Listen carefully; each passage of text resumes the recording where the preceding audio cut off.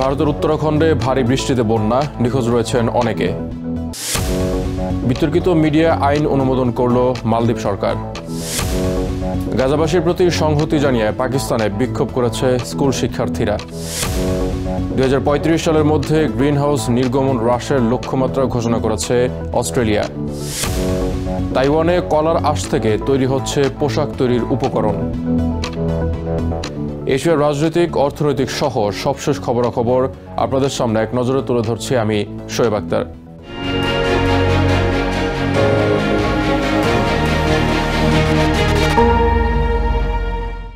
ভারতের উত্তরাখণ্ডে টানা বৃষ্টিতে সৃষ্ট আকস্মিক বন্যায় অন্তত 14 জন নিখোঁজ রয়েছেন, আহত হয়েছেন অনেকেই। বৃহস্পতিবার উত্তরাঞ্চলের এই রাজ্যের মুখ্যমন্ত্রী পুষ্কর সিং ধামি এসব তথ্য জানিয়েছেন। তিনি আরও বলেন, বুধবার প্রবল বর্ষণে চামোলি জেলার পাহাড়ি অঞ্চলে ধস নামলে জল, কাদা এবং পাথরের স্রোতে কয়েকটি ঘরবাড়ি ধ্বংস হয়ে যায়। প্লাবিত হয়ে ক্ষতিগ্রস্ত হয় রাস্তাঘাট।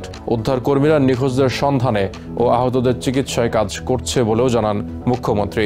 এর আগে মঙ্গলবার একই রাজ্যে ভূমিধসে আরও 15 জনের মৃত্যু হয়।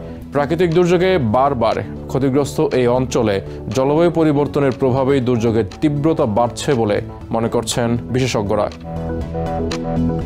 মালদ্বীপে বিতর্কিত মিডিয়া আইন অনুমোদন দিয়েছেন দেশটির প্রেসিডেন্ট মোহাম্মদ মুইজ্জু। বৃহস্পতিবার অনুমোদিত এই আইন সাংবাদিক ও গণমাধ্যমের ওপর কড়া নিয়ন্ত্রণ আরোপ করে। নতুন এই আইনে সাংবাদিকদের জন্য সর্বোচ্চ $1,620 এবং মিডিয়া প্রতিষ্ঠানের জন্য $6,485 পর্যন্ত জরিমানার বিধান রাখা হয়েছে। আইন অনুযায়ী তদন্ত চলাকালীন মিডিয়া লাইসেন্স স্থগিত, লাইসেন্স বাতিলের মামলা, এমনকি সম্প্রচার চলাকালেই পুলিশ পাঠিয়ে তা বন্ধ করার ক্ষমতা সরকারের হাতে থাকবে। সংসদের সংখ্যাগরিষ্ঠ সরকার দলীয় এমপিদের ভোটে বিলটি পাস হয়। আইনে সাংবাদিকদের ইসলাম, সংবিধান, জাতীয় নিরাপত্তা ও সামাজিক মূল্যবোধ রক্ষার বাধ্যবাধকতা দেওয়া হয়েছে। 7 সদস্যের একটি কমিটি আইনটি প্রয়োগে তদারকি করবে। গাজা জনগণের প্রতি সংহতি জানিয়ে পাকিস্তানের বৃহত্তম শহর করাচিতে প্রায় 3000 স্কুল শিক্ষার্থী বিক্ষোভ করেছে। বৃহস্পতিবার এই বিক্ষোভের আয়োজন করে পাকিস্তান জামায়াতে ইসলামী। এই কর্মসূচিতে দলটির আমির হাফিজ নাইমুর রহমান বলেন, এটি নিরীহ শিশুদের প্রতিবাদ, যারা গাজার নিষ্পাপ শিশুদের হত্যার বিরুদ্ধে আওয়াজ তুলেছে। শিক্ষার্থীরা হাতে প্যালেস্টাইনের পতাকা ও প্ল্যাকার্ড নিয়ে রাস্তায় অবস্থান নেয়, স্লোগান দেয় এবং লাউড স্পিকারে প্যালেস্টাইনের পক্ষে গান গায়। এদিকে বুধবার গাজার স্বাস্থ্য কর্তৃপক্ষ জানিয়েছে, ইসরায়েল হামাসের 2 বছরের যুদ্ধে মৃতের সংখ্যা 65,000 ছাড়িয়েছে। 2035 সালের মধ্যে গ্রিনহাউস গ্যাস নির্গমন লক্ষ্যমাত্রা 62 থেকে 70% হ্রাস নির্ধারণের ঘোষণা দিয়েছে অস্ট্রেলিয়া, যা 2005 সালের স্তর থেকে নেমে আসবে। তবে এই লক্ষ্যমাত্রা দেশটির জলবায়ু পরিবর্তন কর্তৃপক্ষের প্রাথমিক সুপারিশের চেয়ে কম। বৃহস্পতিবার প্রধানমন্ত্রী অ্যান্থনি অ্যালবানিজ এই ঘোষণা দেন। জাতিসংঘের জলবায়ু পরিকল্পনা অনুযায়ী সেপ্টেম্বর মাসের মধ্যে প্রতিটি দেশকে জাতীয়ভাবে নির্ধারিত অবদান বা এনডিসি লক্ষ্যমাত্রা জমা দিতে নির্দেশ দেওয়া হয়েছে। এর মাধ্যমে আগামী নভেম্বরে ব্রাজিলে হতে যাওয়া COP30 শীর্ষ সম্মেলনের আগে জলবায়ু পরিবর্তন রোধে সংশ্লিষ্ট দেশগুলোর প্রচেষ্টা মূল্যায়ন করা হবে। শিল্প কারখানায় উন্নত দেশ হিসেবে বিশ্বের সর্বোচ্চ দূষণকারী দেশগুলির মধ্যে একটি হল অস্ট্রেলিয়া। আজ আমি ঘোষণা করছি যে আমরা জাতিসংঘের পরামর্শ মেনে নিয়েছি এবং 2035 সালের কার্বন নিঃসরণ লক্ষ্যমাত্রা 62% থেকে 70% হ্রাস করবে অস্ট্রেলিয়া। এটি একটি দায়িত্বশীল লক্ষ্য যা বিজ্ঞান সমর্থিত, আর সেখানে পৌঁছানোর জন্য প্রযুক্তির উপর ভিত্তি করে একটি বাস্তব পরিকল্পনা প্রণয়ন করতে হবে। আমাদের সরকার জানে জলবায়ু পরিবর্তন একটি বাস্তব সত্য, তাই আমরা জ্বালানি রূপান্তরের মাধ্যমে যে অর্থনৈতিক সুযোগ সৃষ্টি হবে তা কাজে লাগাতে চাই। তাইওয়ানে কলা গাছের অব্যবহৃত অংশ থেকে তৈরি হচ্ছে টেকসই পোশাক তৈরির গুরুত্বপূর্ণ উপকরণ। আর এই পরিবেশ বান্ধব টেক্সটাইল প্রক্রিয়ার উদ্যোগ নিয়েছে উদ্যোক্তা নেলসন ইয়াং, যিনি তার প্রতিষ্ঠান ফার্ম টু ম্যাটেরিয়াল এ কলা উৎপাদনের পর গাছের অবশিষ্ট অংশকে আঁশে রূপান্তর করছেন। পরবর্তীতে যে আঁশ থেকে তৈরি করা হচ্ছে পোশাক তৈরির অন্যতম উপাদান সুতো ও লেদার। তাইওয়ানের উদ্যোক্তা নেলসন ইয়াং নতুন টেকসই টেক্সটাইলের উৎস হিসেবে কলা গাছকে বেছে নিয়েছেন। একসময় এই দ্বীপে প্রচুর কলা উৎপাদন হতো।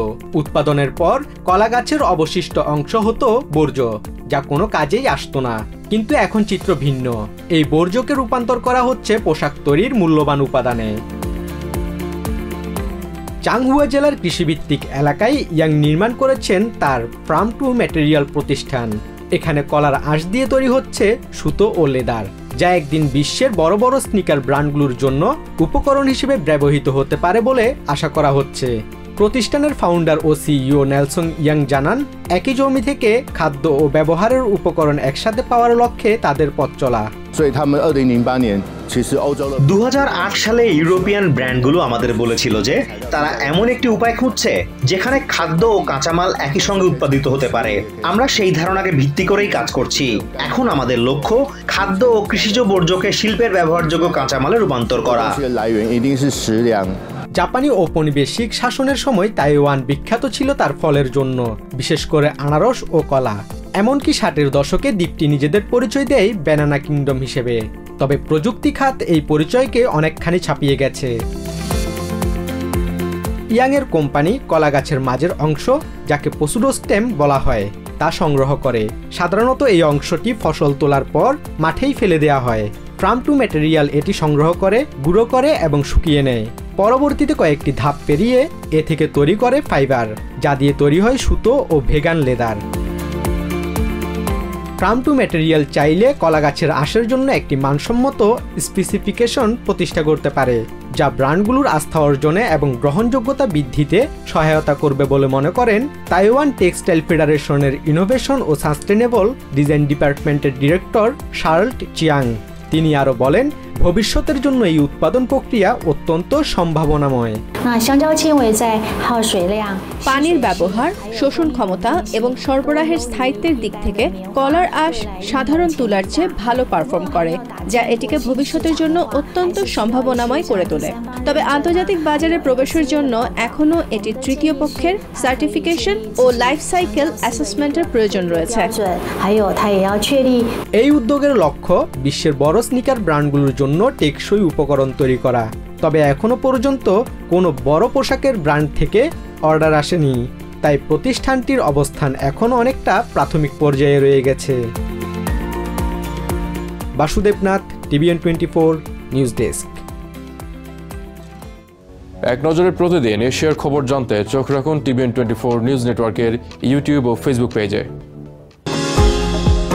নিউ ইয়র্ক থেকে সম্প্রচারিত TVN 24 টেলিভিশন বিশ্বজুড়ে বাঙালির কণ্ঠস্বর।